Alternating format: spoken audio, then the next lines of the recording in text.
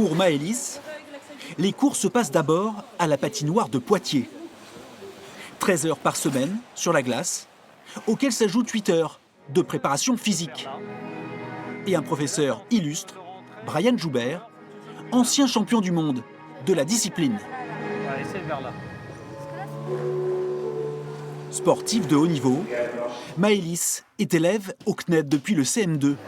À 14 ans, elle suit cette année le programme de 3e avec assiduité. En français, je vais avoir mon prof de français, je vais lui envoyer mes contrôles et il va me répondre par mail. Et c'est comme ça pour chaque matière. Je ne le vois pas, je ne sais pas du tout qui c'est. Juste des fois, il m'envoie des messages vocaux, donc j'entends juste sa voix.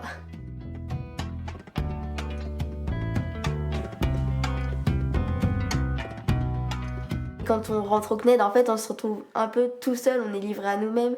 Mais c'est ce qui est au fond, c'est ce qui est bien parce que ça nous apprend à être autonome. Depuis 1988, le CNED est implanté sur le site du Futuroscope. Une histoire débutée bien plus tôt, il y a plus de 80 ans.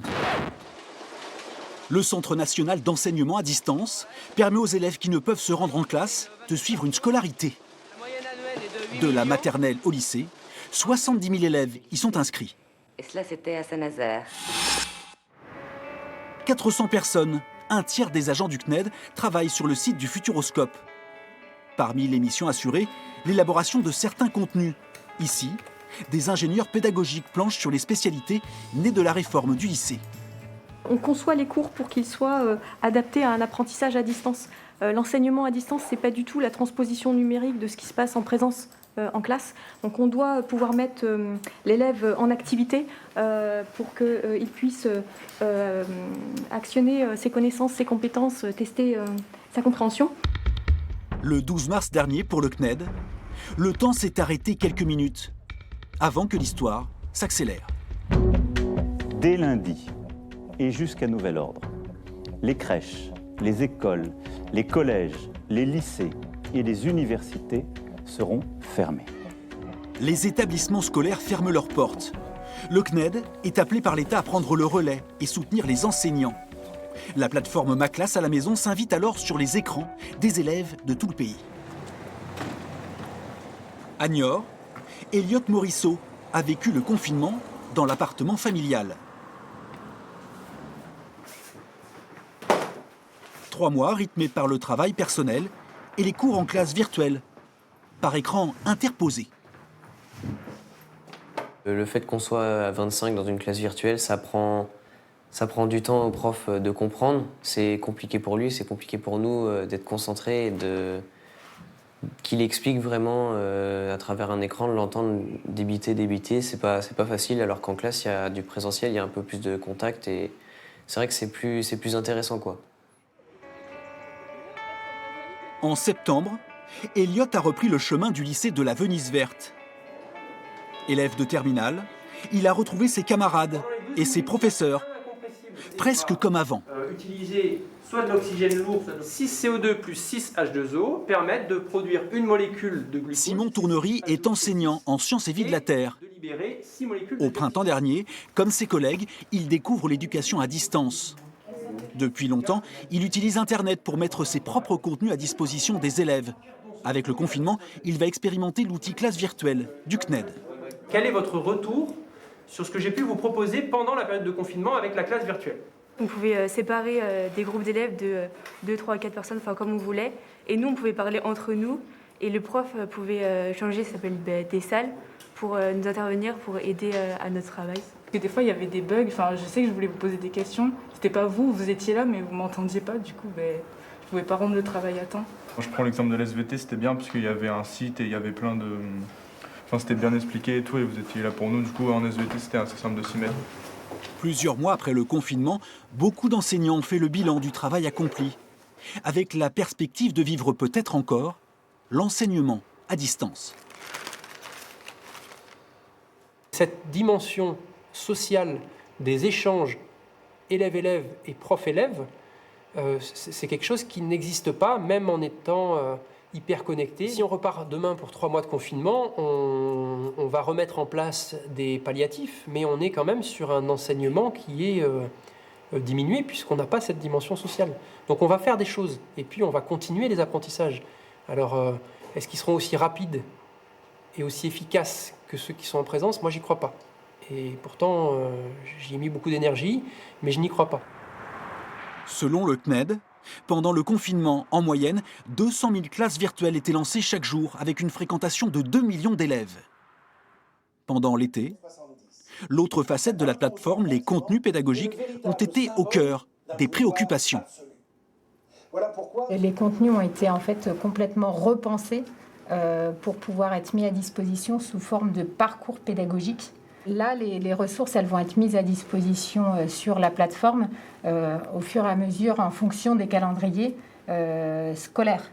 Et elle a quel âge, l'enfant? Chaque année, le centre de relations clients du CNED gère 500 000 appels téléphoniques. Pour les questions des utilisateurs de la plateforme Ma Classe à la maison, tout se passe par courriel. Sur le contenu, on a très peu de demandes. C'est vraiment sur l'aide à la connexion. Et en mars dernier, 45 000 mails ont été reçus. Le 7 septembre, la plateforme a rouvert ses portes. Les demandes ont immédiatement suivi. On ne s'attend pas au même volume, on n'est pas dans la même configuration que le 16 mars. On ne s'attend pas à 2 500 000 connexions et inscriptions à nos plateformes Ma Classe à la maison.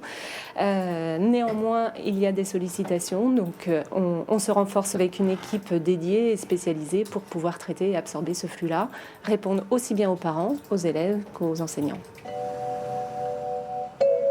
Au cœur de la campagne poitevine, Légny-les-Bois, 600 habitants, a retrouvé le rire de ses enfants.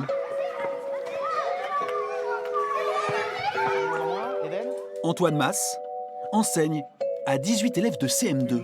Ça fait des semaines qu'ils attaquent Athènes et les Athéniens les repoussent sans arrêt. Maya. Et j'ai usant d'un stratagème déloyal, entraîna mon fils dans un piège auquel le pauvre enfant ne pouvait de... En cet étrange mois de mars, ici aussi, les instituteurs ont dû apprendre à partager leur savoir différemment.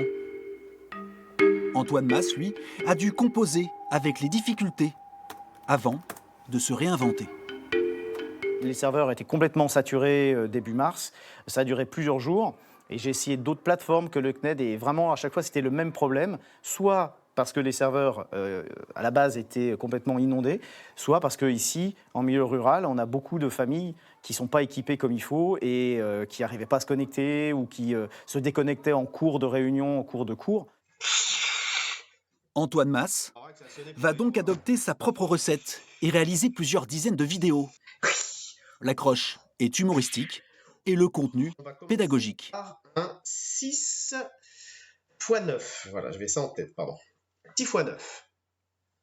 Je voulais leur montrer que voilà, moi je faisais les efforts de me déguiser, de faire cette petite touche d'humour et surtout de faire ces vidéos avec le travail derrière, tous les jours, 2-3 vidéos par jour, pour dire voilà, je suis là pour vous, mais vous aussi vous devez rester avec moi, vous devez vous accrocher. C'est pas facile de travailler tout seul.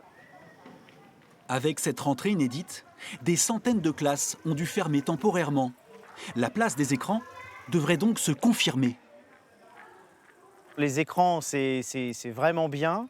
Ça apporte énormément de choses. La connexion Internet à l'école qu'on a, elle permet justement de découvrir de nouvelles choses, de nouvelles pistes, de façon de travailler. Mais pour moi, l'école de demain, c'est les petites structures comme on a ici, avec justement un lien très très fort entre les enfants, les familles, une forme de solidarité. Et c'est pas autrement que moi je vois l'école, quoi. Allez, on s'installe à l'ombre tranquillement. Malgré les difficultés, de la maternelle au lycée, les enseignants ont repris leur poste. Ce sera les Latins contre les Américains. C'est qui les Amériques? Et plus que jamais, la crise sanitaire aura révélé leur rôle indispensable.